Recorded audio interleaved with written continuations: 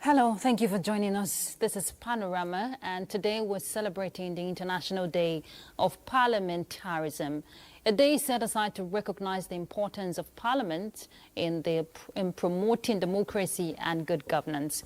Well, joining me to discuss this in the studio very shortly, Honorable Stanhope Okechukwu Jasper. He's a visionary Nigerian youth advocate and serves in the 5th Youth Parliament at the National Assembly, representing Abia South Senatorial District. But as we mark this important day, we're keen to explore the state of parliamentarism in Nigeria and its impact on our democracy. We're looking at the effectiveness of parliamentary, situation in the country, representation, and the role of parliament in consolidating democracy. I'm Ruth Aguwele. Welcome.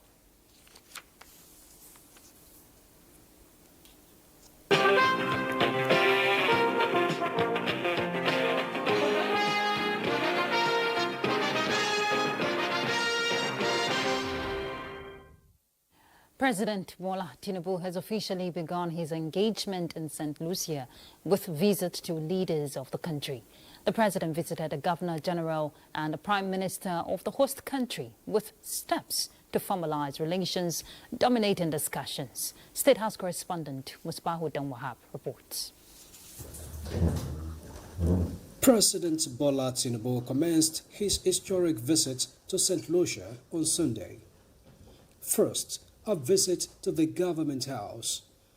Governor General Cyril Iro Charles received the Nigerian leader at Mount Fortune. The Lusians are originally Africans long separated away from the black continent by distance, with some of their citizens having a place in the history of Nigeria. And now, the president of the most populous nation in the world is set to formalize the Nigerian-Lucia relations, rekindling the ancestral bonds and igniting a new era of diplomatic, cultural, and economic possibilities between the nations. The mission also took President Tinubu to the Prime Minister of the Eastern Caribbean nation, Philip Bear, and there a proof of contact between the nations. The discussion also went on with modalities for the imminent formal relations being worked out. The president was very particular that Nigeria and most of the Caribbean nations, not even St. Lucia alone, but all the Caribbean nations, we have similar culture, we have similar ambition, and we have similar problems, which we strongly believe that if we can sit down, like we are going to do tomorrow, to see how we can begin to connect with each other, to improve on our relationship, to improve on the economies, and see where we can both learn from each other. Because St. Lucia and most Caribbean islands are basically islands, so they face the same problem that we face in our coastal areas. So we are going to look at that. We are going to look at the area of health provision in both countries. We are looking at the issue of education. President Tinubu, popular in Lucia for his long-standing commitment to the entrenchment of democracy, is scheduled to address the special joint session of the Senate and the House of Assembly of St. Lucia this Monday. In Castries, St. Lucia, Musbah, then Wahab, NTA News. Well, earlier we told you today is the International Day of Parliamentarism, celebrated at June 30, a day to recognize the vital role of parliaments in democracies where they promote dialogue and cooperation among nations. Now, the day aims to celebrate the importance of parliaments as cornerstones of functioning democracies, emphasizing their need to be strong, transparent, accountable, and representative. And the theme actually is achieving gender equality, action by action. And we have in the studio to speak on this important day, a young parliamentarian, member Nigerian Youth Parliament for the 5th Assembly, Honorable Stanhope Okechukwu Jasper. Thank you for joining us, Honorable Jasper. Thank you very much. Okay, so I find this day quite interesting because, of course, it's a day to remind us of the dividends of democracy. But tell us how significant, is parliamentarism in shaping democracy?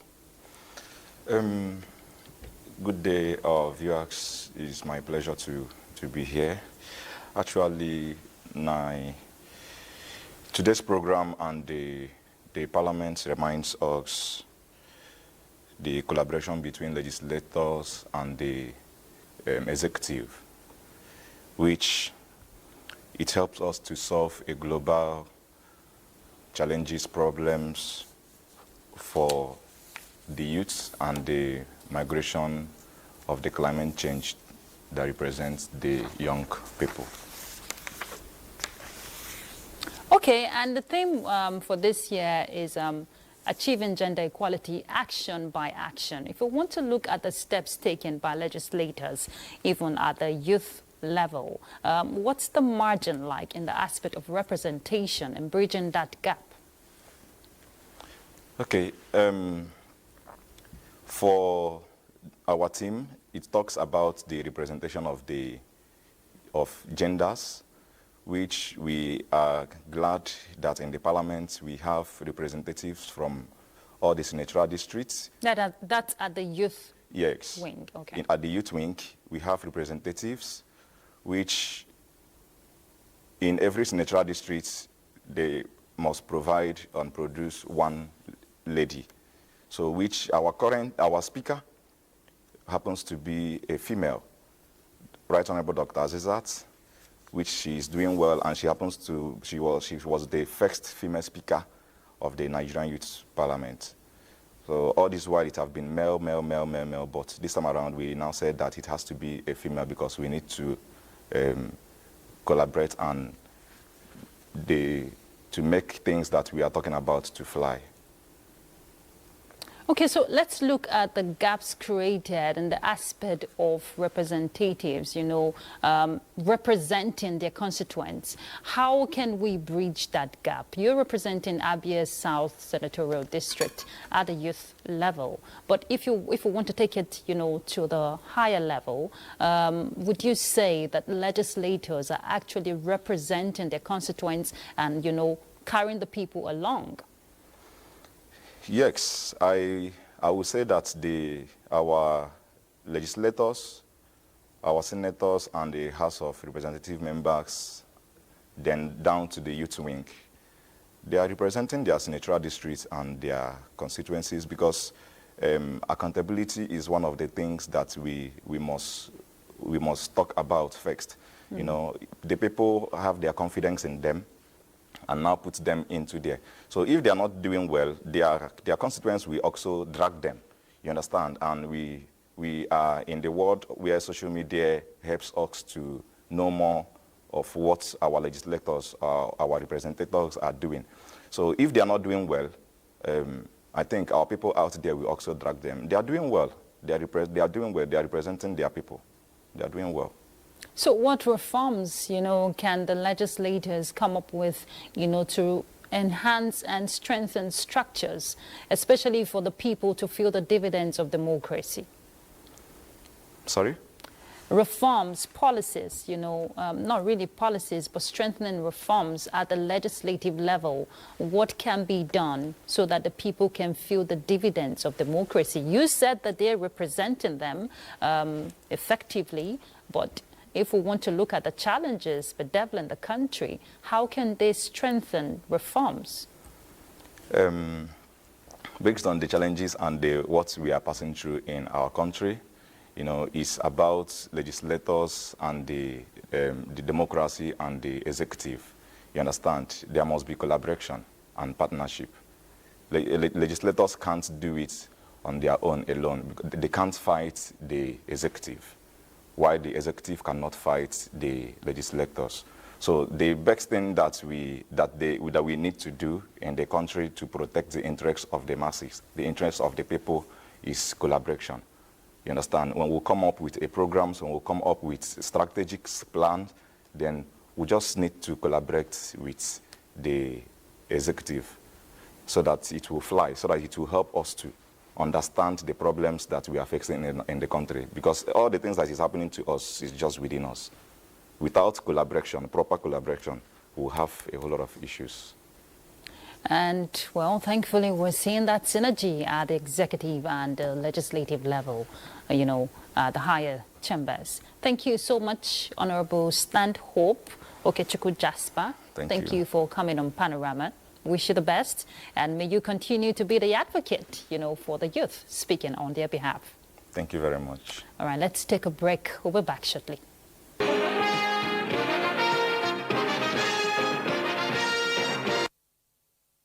Thank you for staying tuned. Talking politics, the National Working Committee of the governing All Progressives Congress has formally received and accepted the resignation of the former national chairman of the party, Dr. Abdullahi Umar Ganduje, and reaffirmed unity and stability of the party. At its 174th National Working Committee meeting, presided over by the acting national chairman, Ali Bukar Daluri, the party appreciated the exceptional leadership of the immediate past chairman and wished him quick recovery. Ali Daluri explained that the APC remain a big and united family and promised to dedicate himself to work with all the members of the NWC as a team with the sole aim of deepening internal democracy and sustaining the progress achieved. He thanked President Bola Ahmed Tinubu for his exemplary leadership and commitment to the party and the country at all times, and pledged to be agents of the renewed hope agenda for economic prosperity, social harmony and political stability of Nigeria. Now, the internal crisis rocking the People's Democratic Party seems to be getting deeper as members of the National Working Committee, led by the Deputy National Chairman, South, Ambassador Taufik Arapaja, affirmed that the party's 100th National Executive Committee meeting will hold this Monday, that is today, as earlier scheduled. The National Working Committee members who addressed the media on Sunday night at the PDP National Secretariat in Abuja dismissed a proposed expanded National Caucus meeting, emphasizing that the party's constitution has no such provision. Let's get more from correspondent Timothy Yusuf. 9 out of the 21-member National Working Committee of the PDP converged on the party's national headquarters, Abuja, for a media briefing on the state of the party.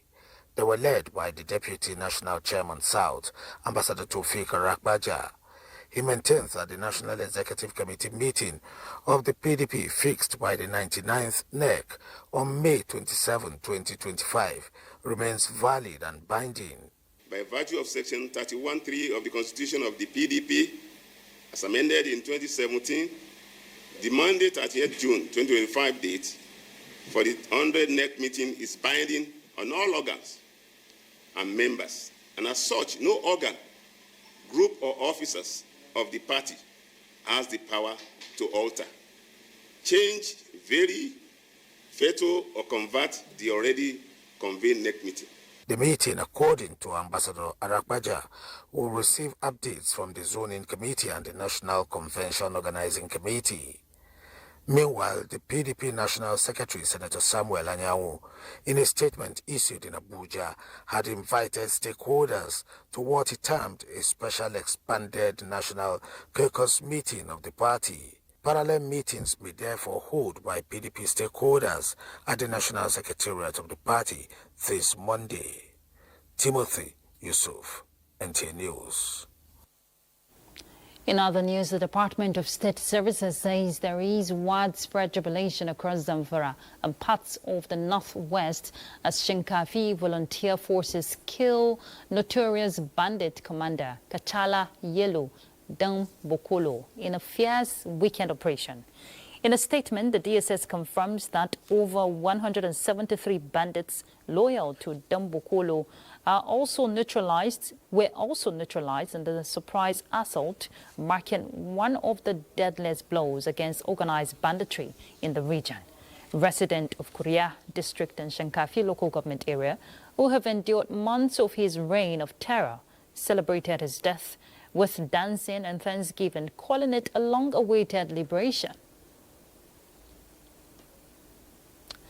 The Nigerian Forest Security Services, it's embarking on strategic partnership with state governments with a view to strengthen the security architecture of the ungoverned spaces. The Commander General, who stated this during his regional tour of the Enugu and Kaduna, says the move will go a long way to tackle emergent security challenges. Olajide Bello reports. The NFSS team's visit to Enugu and Kaduna with top government officials engaged in closed-door sessions focusing on key areas such as intelligence sharing, joint response mechanism, and advanced surveillance systems development. The state governments welcomed the initiative, recognizing its potential to reshape internal security architecture. Recruiting us into national security, sustainability in Southeast, it will be a good addition for the government. So that's why we are here in Enugu today to appeal to His Excellency for our member to be co-opted and incorporated into the state internal security for a crime-free environment in Enugu State. If our forests are properly secured, I think the nation will be secured. This water-level approach underscores the government's commitment to unified security strategies. Our grazing population are not safe because of the issue of rustling. So those elements perpetrating those actions are the ones we believe the Forestry Service will assist the government in nipping it in the bud. With rising concerns about banditry, kidnapping and rural unrest, the partnership is both strategic and timely by leveraging technology, human capital and civic cooperation. Olajide Bello, NTA News. Well, Taraba State is also keen into the hunters' strategy as the governor, Abuja, has directed hunters and vigilante groups in the state to register and be streamlined under the Taraba Marshal Security Outfit to ensure proper coordination and effectiveness in providing security in the state. The governor stated this while speaking at an expanded security committee meeting held in Jalingo. Godwin Enalego reports. The governor of the state, Abuja, attached to security matters, said each local government area of the state shall set up local security desks, including traditional and religious leaders. He said a joint intelligence network will be set up for intelligent coordination across the 16 local government areas. We need to enforce laws against illegal mining, logging and fishing. There's need also for us at this time to empower faith-based and traditional institutions to be able to embark on maybe a monthly peace and security forums at the world and local level to be able to keep our people well informed. There were goodwill messages from the former governor of the state, Reverend Joli Nyame, former deputy governor Alhaji Armayao Dauda, Akuka Ishaku Adali, among others. A communique was issued at the end of the meeting in Jalingo. Godwin Inalegu, NTA News.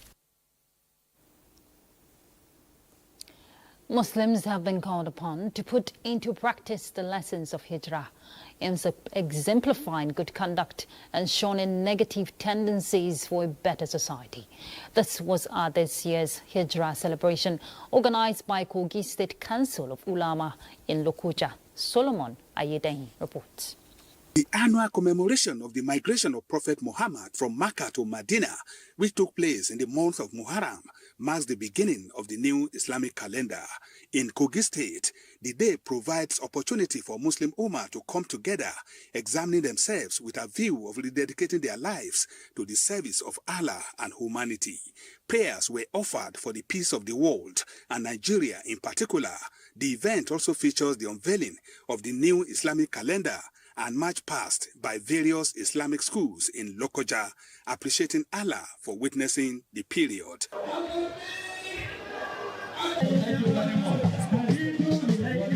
It's special day for you. That you do a special prayer, you give zakat, you give sadaqah. The resolution is peace and harmony. Nigeria was in no debate, migration from one place to another. But these days, Nigeria is inbuilt on individual that what changes can you effect on human life. Chairman, Kogi State Council of Ulama, Sheikh Salman Adam, represented by Kadi Saidu Isa Okino, describes the celebration as a reminder and encouraging Muslim Ummah to take advantage of the period to redouble their efforts in service to Allah and humanity. Muslims are free to worship and practice their religion even under the secular setting without any hindrance. Poverty alleviation in the society, causes and solution in Islamic way was the topic of lecture delivered by Kadi Muhammad Bello. In Lokoja, Solomon Ayedehi, NTA News. In other news, a federal government delegation has arrived in Saudi Arabia to receive the remains of late business icon and elder statesman Alhaji Aminu Dantata ahead of his funeral in the Islamic holy city of Medina. Alhaji Dantata died in Abu Dhabi, United Arab Emirates on Saturday, aged 94. The delegation, which left Nigeria late on Sunday, arrived Medina in the early hours of Monday. The delegation, led by the Minister of Defense, Muhammad Badaru Abubakar, also consists of ministers, Islamic clerics and members of the Nigerian Consulate General in Jeddah, led by Ambassador Muazzam Ibrahim Nayaya, who had been making arrangement for the funeral scheduled to take place later this Monday.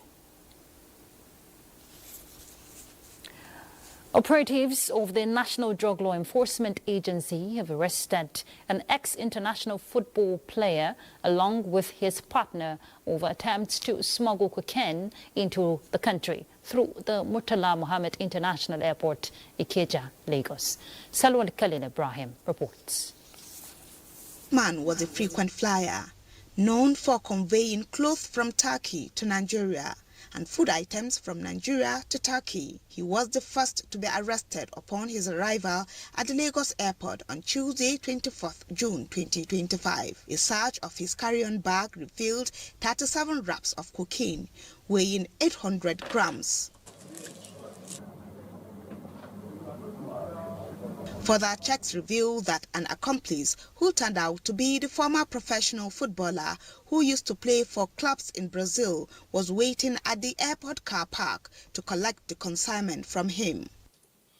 Another Europe-based businessman was on Friday, 27th June, arrested by NDLEA operatives at the Lagos airport while attempting to traffic 5,000 pills of tramadol packaged as malaria drugs to Spain. At the Akanu Ibiam International Airport, Enugu, NDLEA operatives on Friday, 27th June, intercepted a Maputo, Mozambique-based bar attendant. A search of his luggage led to the discovery of 17 cardboard-sized parcels of methamphetamine weighing 17.500 grams and 3 parcels of cocaine weighing 3.050 kilograms. In Abuja, Salwa Khalil Ibrahim, NTA News. All right, let's take sports update.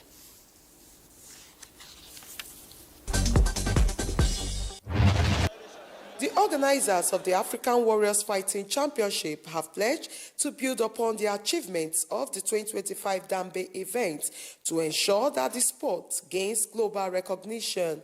This commitment was made by the championship's founder, Maxwell Kalu, after the conclusion of the Dambe World Series held on Saturday at the Velodrome in the Package A section of the Moshood Abiola National Stadium in Abuja. Combat sports is the fastest growing sports sector in the world. And we in Dambe, we have a gem. We have something that can go global. So we're working with grassroots communities to build this sport, to take it to the next level. We see this being a global export, a Nigerian global export. In football, 9-time African champions Super Falcons of Nigeria secured a convincing 3-1 victory over their Ghanaian rivals on Sunday. demonstrating their dominance. This match serves as preparation for the upcoming 2024 Women's Africa Cup of Nations. The victory follows a goalless draw against Portugal in Lisbon, indicating that the Super Falcons are well prepared for the continental competition. The Super Falcons will now shift their focus to their WAFCON opener on July 6th against the formidable Northern African team, Tunisia. Elsewhere, Lionel Messi may have played his last game on the international stage, suffering a significant defeat while still showcasing some of his trademark skills. The 38-year-old Argentine, regarded as one of the greatest players of all time, saw his Inter Miami team lose 4-0 to his former club, Paris Saint-Germain, in the Club World Cup held in Atlanta. With sports updates, Ijoma Pitawante, NTA News. And that concludes Panorama. Thank you for your time. Do have a lovely day ahead. I'm Ruth Aguilera.